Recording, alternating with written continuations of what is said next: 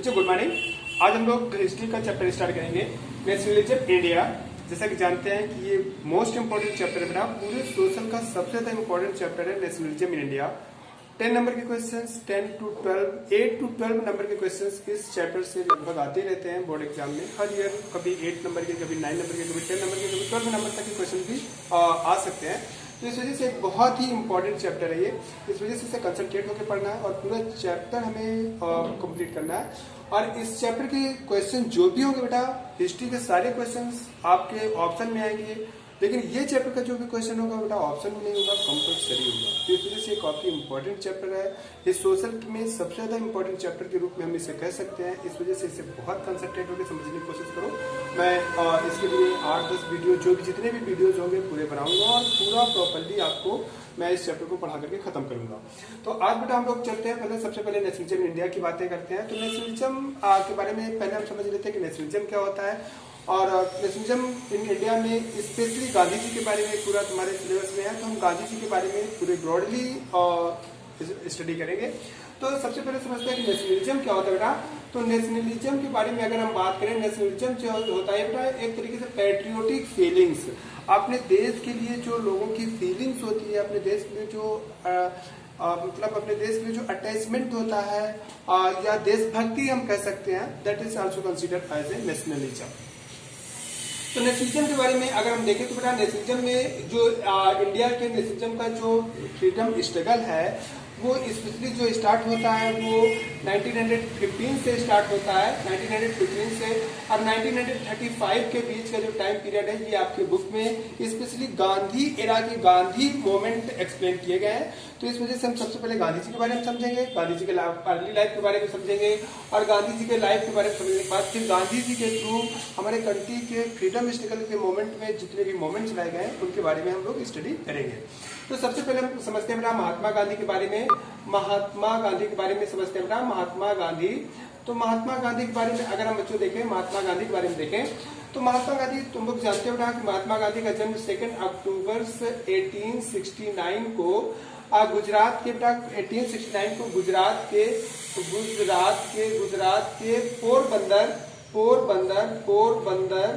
पोरबंदर नाम की जगह पर हुआ था बेटा। गुजरात के पोरबंदर जगह पर हुआ था एंड काठियावाड़ डिस्ट्रिक्ट में। तो गांधी जी का जन्म सबसे पहले हम देखते हैं कि Gandhi ji was born on 2 अक्टूबर 1869 को गुजरात के पोरबंदर के गुजरात के काठियावाड़ डिस्ट्रिक्ट के पोरबंदर टाउन में या पोरबंदर शहर में गांधी जी पैदा हुए थे।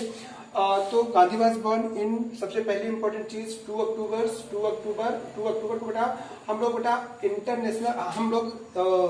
बेटा अंतरराष्ट्रीय अहिंसा दिवस के रूप में भी 2 अक्टूबर को बेटा सेलिब्रेट किया जाता है। नॉन वायलेंस डे के रूप में इंटरनेशनल लेवल पर 2 अक्टूबर को सेलिब्रेट किया जाता है, बिकॉज 2 अक्टूबर को गांधी जी का जन्म हुआ था। तो ऑन 2 अक्टूबर 1869 को पोरबंदर काठियावाड़ डिस्ट्रिक्ट ऑफ गुजरात में गांधी जी पैदा हुए थे। गांधी जी बच्चों अपनी अर्ली एजुकेशन जो लोअर लेवल की एजुकेशन थी वो इंडिया में कंप्लीट किए, और इसके बाद बेटा हायर एजुकेशन कंप्लीट करने के लिए बेटा गांधी जी 1889 में अप्रॉक्स 20 ईयर के एज में गांधी जी बेटा इंग्लैंड गए अपनी हायर एजुकेशन के लिए, स्पेशली लॉ के एलएलबी की पढ़ाई के लिए बेटा गांधी जी 1889 में कहाँ गए, इंग्लैंड गए।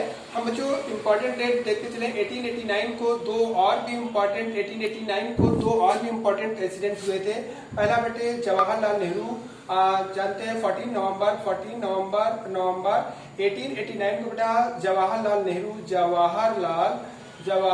नेहरू का भी जन्म हुआ था। और 1889 में ही बेटा जर्मनी के डिक्टेटर, जिसको आप लोगों ने क्लास 9 में पढ़ा होगा, हिटलर भी पैदा हुए थे। तो गांधी जी और मतलब 1889 का ईयर वो ईयर है जब गांधी जी अपने हायर स्टडी कंप्लीट करने के लिए, अपनी आगे की पढ़ाई करने के लिए इंग्लैंड गए थे। 1889 में गांधी जी अपने एलएलबी की पढ़ाई कंप्लीट करने के लिए इंग्लैंड गए थे।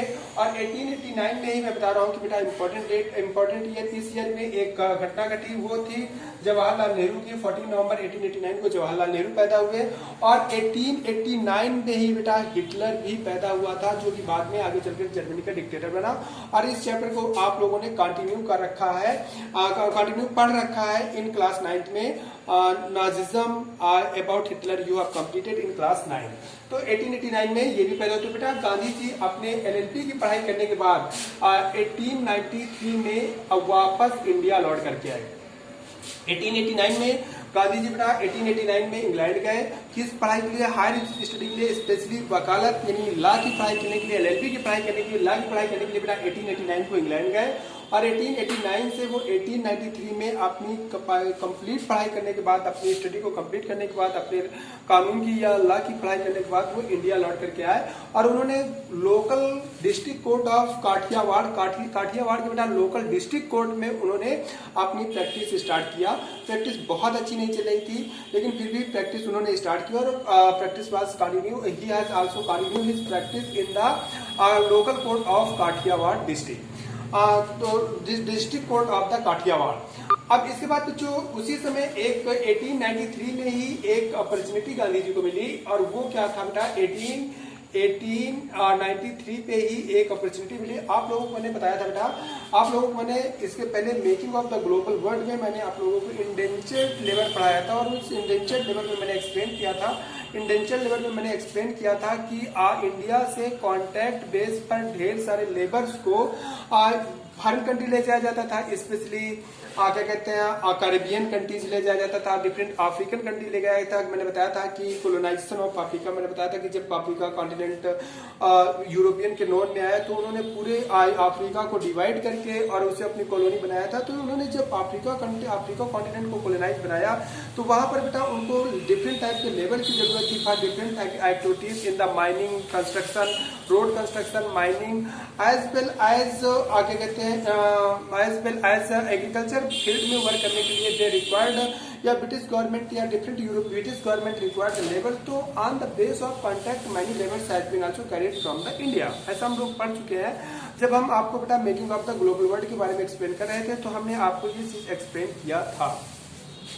तो उसी में बेटा उसी समय एक फैमिली यहाँ से इंडिया से मतलब गई हुई थी, एक इंडिया से फैमिली एक गई हुई थी, और वो फैमिली थी बेटा मिस्टर अब्दुल्ला की फैमिली। अब्दुल्ला की फैमिली को, अब्दुल्ला के फादर को गुजरात से on the base of contract के बेस पर उन्हें इंग्लैंड ले जाया गया था, अफ्रीका ले जाया गया था, और साउथ अफ्रीका में कॉन्ट्रैक्ट खत्म हो जाने के बाद वो परमानेंटली वहां पर सेटल्ड हो गए थे।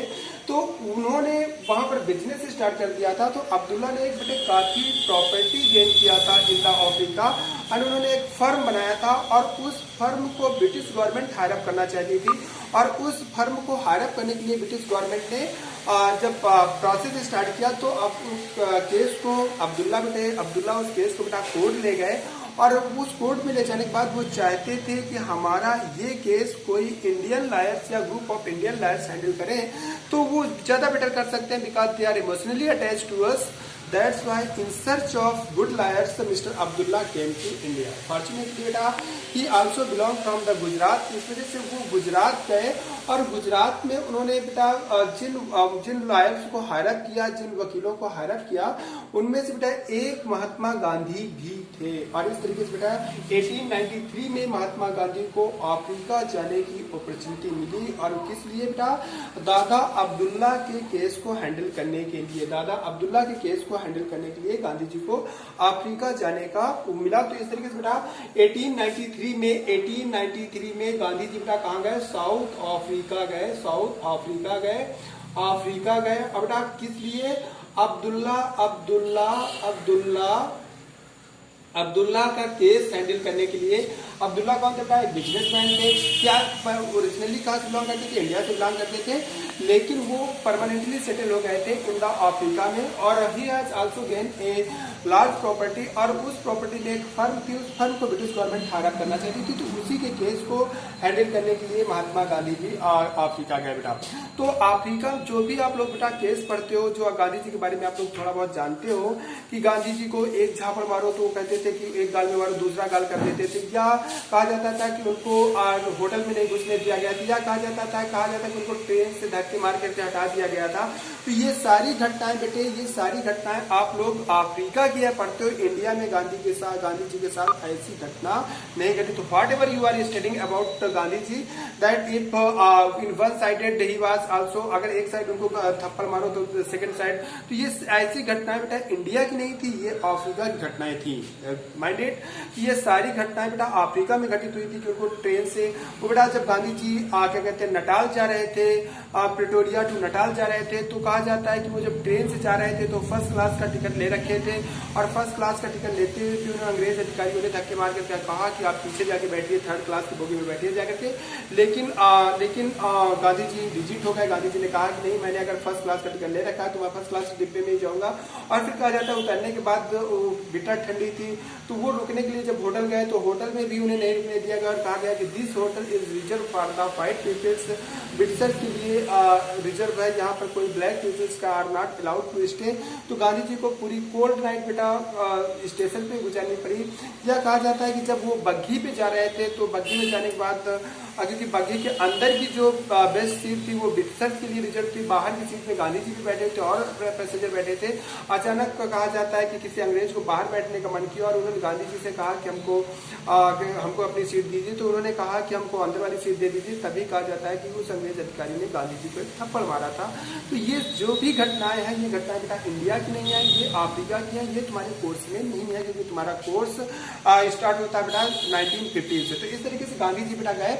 गांधी जी जब अफ्रीका में अपना ये स्ट्रगल कर ही रहे थे, अब्दुल्ला का केस हैंडल कर ही रहे थे, और भी Gandhi was not alone lawyers who was handling this, group of lawyers, group of barrister गया था बेटा, ग्रुप ऑफ वरिस्टर था जो कि उनके केस को हैंडल कर रहा था, और फाइनली उन्होंने जीता भी, और अब्दुल्ला की प्रॉपर्टी को उन्होंने सेव भी किया। और लेकिन जैसे ही गांधी जी कहा जाता है कि रिटर्न बैक होने वाले थे, तभी ब्रिटिश गवर्नमेंट ने एक लॉ पास किया, और अकॉर्डिंग टू, जब गांधी जी बेटा जब अब्दुल्ला का केस हैंडल हो गया, अब्दुल्ला केस जीत गया बेटा, तो बाकी जो लायक थे जब वो वापस आ गए, गांधी जी भी वापस लौटने वाले थे, तभी कहा जाता है कि ब्रिटिश गवर्नमेंट ने एक बिल पास किया। अकॉर्डिंग टू दैट बिल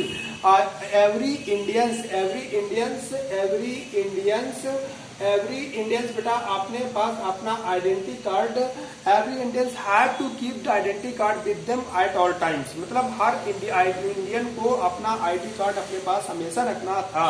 ऐसा एक बिल पास किया गया।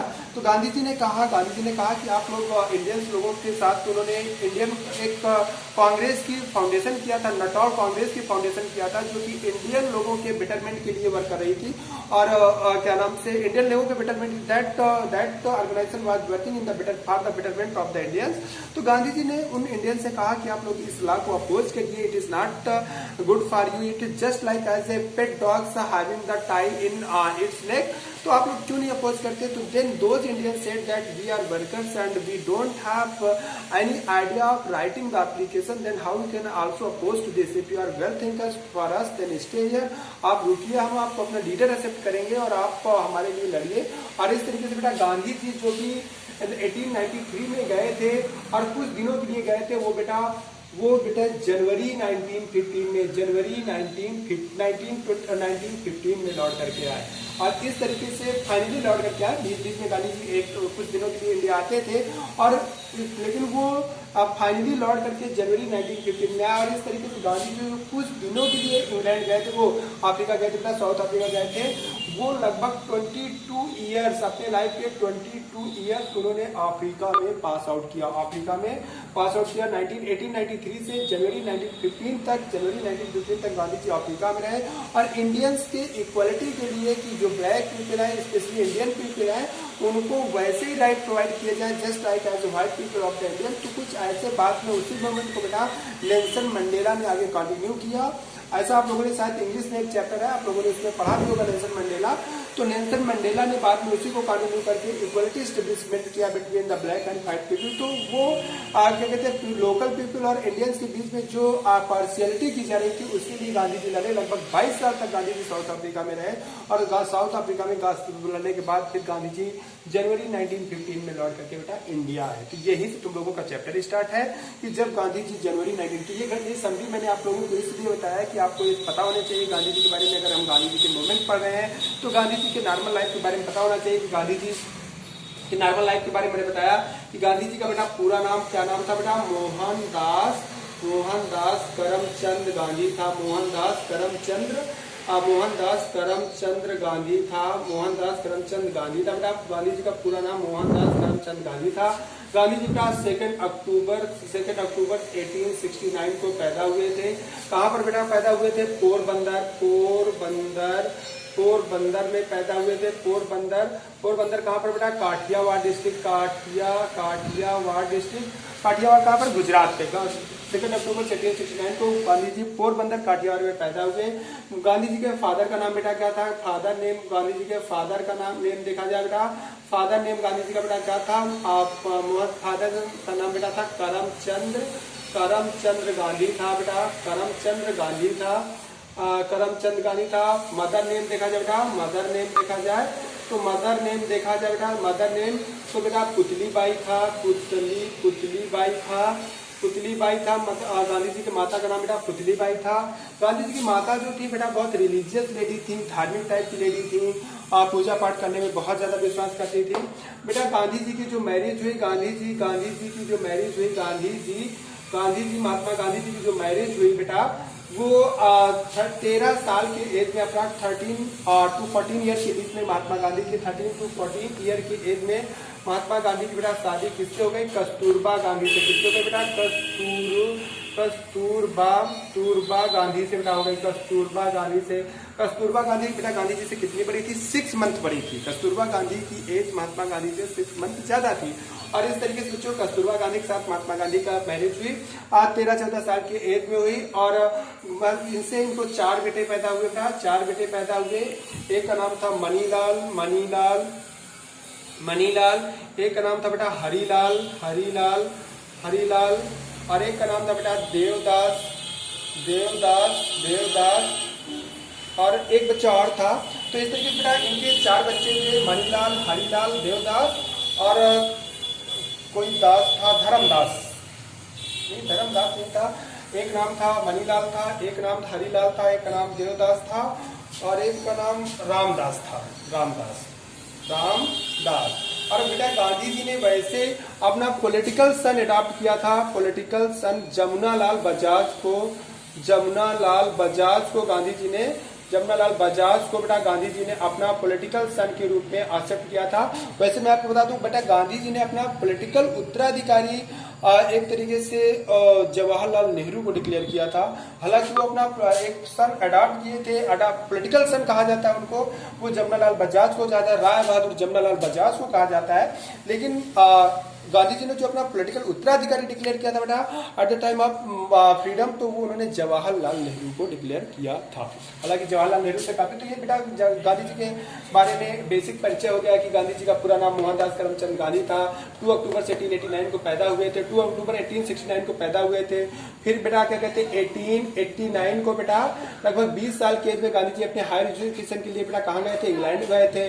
और कब लौट के आए थे? 1893 में आए थे। 1893 में गांधी जी बेटा कहाँ गए थे? 1893 में बेटा गांधी जी साउथ अफ्रीका गए थे। कहाँ गए थे? साउथ अफ्रीका गए थे। और साउथ अफ्रीका से कब लौट के आए बेटा? जनवरी 1915 में, 1915 में। लगभग 22 साल तक गांधी जी साउथ अफ्रीका में स्ट्रगल किए।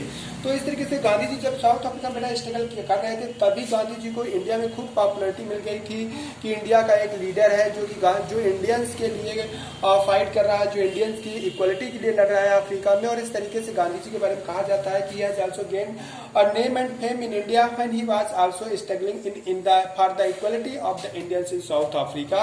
और कहा जाता है कि गांधी जी बेटा जब लौट करके आए जनवरी 1915 में, आप लोगों को समझ में आ रहा है?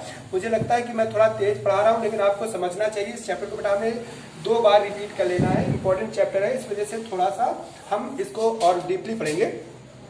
तो बेटा गांधी जी जब जनवरी 1915 में लौट करके आए, जनवरी 1915 में बेटा जनवरी 1915 में लौट के आए, तो इसी वजह से बेटा गांधी जी जब जनवरी 1915 में आए तो 2000 मतलब बाई 2003 और 2004 में बेटा बाई अटल बिहारी वाजपेयी गवर्नमेंट के थ्रू में गांधी जी के रिटर्निंग टाइम के को लेकर के ही एक इंडिया में डे सेलिब्रेट या वीक सेलिब्रेट करना स्टार्ट किया गया, दैट इज एनआरआई डे। मतलब एनआरआई डे अप्रवासी भारतीय दिवस जिसे हम लोग कहते हैं, एनआरआई डे के रूप में इंडिया में सेलिब्रेशन स्टार्ट हुआ जिसे हम लोग अप्रवासी भारतीय दिवस कहते हैं। ये बेटा उन इंडियंस के लिए है who has settled to themselves या who are settled in the foreign countries, they are invited on that day on that weekend they are welcome to India and they are introduced to India that India is changing, and so they are requested that they should also invest in India also because India has changed। वो India बदल गया जिस India को छोड़ के गए थे। तो उसी वीक में उसी इस वजह से वो जनवरी 1 to 8 जनवरी के बीच में सेलिब्रेट किया जाता है एनआरआई वीक या एनआरआई सेलिब्रेशन हम कह सकते हैं उसे, या अप्रवासी भारतीय दिवस के रूप में हम उसे सेलिब्रेट करते हैं। तो वो उसी उपलक्ष्य में मनाया जाता है कि उसी टाइम गांधी जी यानी जनवरी 1915 में ही गांधी जी लौट करके आए थे अफ्रीका। तो इसी वजह से एनआरआई डे के रूप में हम उस गांधी जी के आने के उस मोमेंट को एनआरआई डे के रूप में सेलिब्रेट करते हैं। सेलिब्रेशन स्टार्ट किया गया ये अभी 2000 के अप्रॉक्स बाई अटल बिहारी वाजपेयी 2000 के अप्रॉक्स हम जानते हैं 1999 से लेकर के 1998 से 1999 और फिर 1999 में अगेन इलेक्शन के बाद 1999 से 2004 तक अटल बिहारी वाजपेयी थे। तो उन्होंने इस डे को स्टार्ट किया था सेलिब्रेट करना कि हम इंडियंस को हेल्प में, इंडिया के डेवलपमेंट में हम फॉरेन लोगों का भी हेल्प लें और उनको इन्वाइट करने के लिए कि उनको इंडिया से इंट्रोड्यूस किया जाए कि इंडिया बदल गया, आप लोग इंडिया में इन्वेस्ट करिए। तो इस वजह से एनआरआई डेज का सेलिब्रेशन स्टार्ट किया गया है। तो बच्चों गांधी जी जब जनवरी 1915 में लौट करके आए तो उसी उपलक्ष्य में हम लोग क्या कहते हैं एनआरआई डे के रूप में सेलिब्रेट करते हैं। और ब्रिटिश गवर्नमेंट और इस वजह से हम आपको बता दें कि गांधी जी का साउथ अफ्रीका में भी काफी इंपॉर्टेंस है। Gandhi ji has importance in the South Africa also. South Africa में अगर हम देखा जाए बेटा तो जब आप लोगों ने देखा होगा बेटा 1998 में mister Nelson Mandela who was the first black president of Africa, South Africa, he has visited to India when he became the president of Africa. Then he visited to India, and when he visited to India, then he has said declared, he has announced कि उन्होंने एक word announce किया था, उन्होंने अपने speech में एक sentence explain किया था। You have sent to Mr. Gandhi to our country, but we have returned back him by converting Mahatma Gandhi.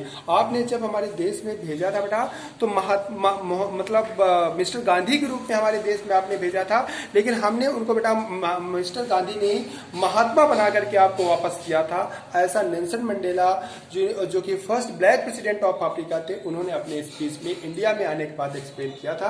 तो ये बात बेटा ये शो करती है कि गांधी जी की कितनी इंपॉर्टेंस है इन द अफ्रीका में आल्सो, इंडिया के साथ साथ। ठीक है, it shows that Gandhi has also very important in India with India and also in many foreign country. और उनके जन्म दिवस को 2 अक्टूबर को हम लोग पूरी इंटायर वर्ल्ड एज ए अहिंसा दिवस के रूप में मनाता है, नॉन वायलेंस डे के रूप में सेलिब्रेट करता है। तो इससे आप उनकी इंपॉर्टेंस वर्ल्ड लेवल पे समझ सकते हो कि गांधी जी की इंपॉर्टेंस वर्ल्ड लेवल पर कितनी ज्यादा है। गांधी जी को बेटा डिफरेंट टाइटल्स दी गई, गांधी जी को बेटा डिफरेंट टाइटल दी गई। पहली टाइटल दी गई बेटा महात्मा की टाइटल दी गई, महात्मा की टाइटल दी गई बेटा। महात्मा की टाइटल गांधी जी को किसने दिया था बेटा? महात्मा की टाइटल बेटा गांधी जी को रविंद्रनाथ टैगोर ने दिया था। रविंद्रनाथ टैगोर ने बेटा, टैगोर ने महात्मा की टाइटल दिया था। महात्मा की टाइटल बेटा गांधी जी को रविंद्रनाथ टैगोर ने दिया था। फिर बेटा गांधी जी को बापू की टाइटल दी गई, बापू की टाइटल बेटा सरोजिनी नायडू ने दिया था। किसने दिया था बेटा? सरोजिनी नायडू ने दिया था। आगे कहते हैं फिर इसके बाद बेटा गांधी जी को राष्ट्रपिता भी कहा गया था, राष्ट्रपिता भी कहा गया था, राष्ट्रपिता भी कहा गया था। तो राष्ट्रपिता किसके द्वारा कहा गया था बेटा? सुभाष चंद्र बोस के थ्रू कहा गया था, सुभाष चंद्र बोस के थ्रू बेटा महात्मा गांधी को राष्ट्रपिता कहा गया था। तो इस तरीके से आई फील मलंग बाबा, गांधी जी को बेटा मलंग मलंग बाबा की भी टाइटल दी गई थी और मलंग बाबा की टाइटल बेटे गांधी जी को खान अब्दुल गफ्फार खान जो कि लाहौर में थे, जिन्हें फ्रंटियर गांधी कहा जाता है। बेटे वेरी इंपॉर्टेंट क्वेश्चन, एक नंबर का क्वेश्चन आया करता है कि who is known as a frontier Gandhi. तो खान अब्दुल गफ्फार खान जो कि खैबर प्रांत या सिंध प्रांत यानी स्पेशली लाहौर वेस्टर्न इंडिया जो उस समय पाकिस्तान बन चुका बेटा, वहां पर गांधी जी की आइडियोलॉजी को बहुत ज्यादा प्रायोरिटी दे रहे थे, बहुत ज्यादा उनका प्रचार कर रहे थे।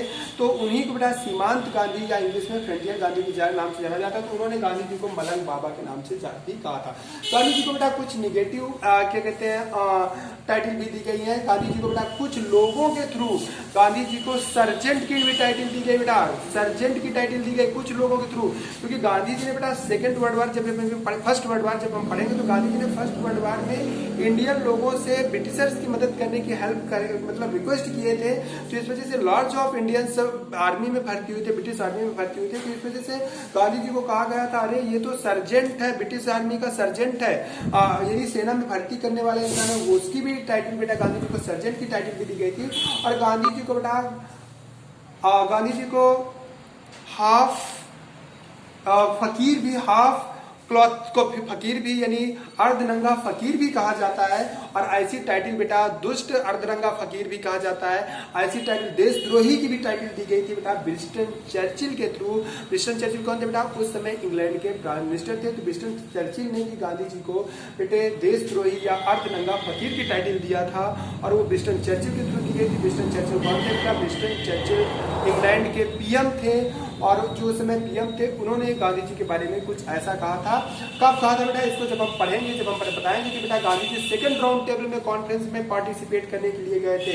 सेकंड राउंड टेबल कॉन्फ्रेंस में पार्टिसिपेट 1931 में इंग्लैंड गए थे, तभी उनको टाइटल दी गई थी। तो ये हमारे सिलेबस में है और हम जब इसको एक्सप्लेन करेंगे तो तुमको बताएंगे बेटा कि कब गांधी जी जब आज सेकंड राउंड टेबल में उठ करके चल दी, जब उन्होंने देखा कि यहाँ कोई मतलब नहीं है, यहाँ हमारे डिस्कशन का कोई मतलब नहीं है, हमारी प्रॉब्लम का सोल्यूशन नहीं हो सकता है, तो वो पूरी मीटिंग को छोड़ करके चल दिए थे। तभी बेटा सीढ़ियों में उनकी मुलाकात हुई थी विंस्टन चर्चिल से। तभी उन्होंने कहा था कि अरे ये तो देशद्रोही है, अर्धनंगा फकीर है, तभी उन्होंने टाइटल दिया था। इसके बारे में हम एक्सप्लेन करेंगे जब हम उस टॉपिक में पहुंचेंगे सेकंड राउंड टेबल कॉन्फ्रेंस में।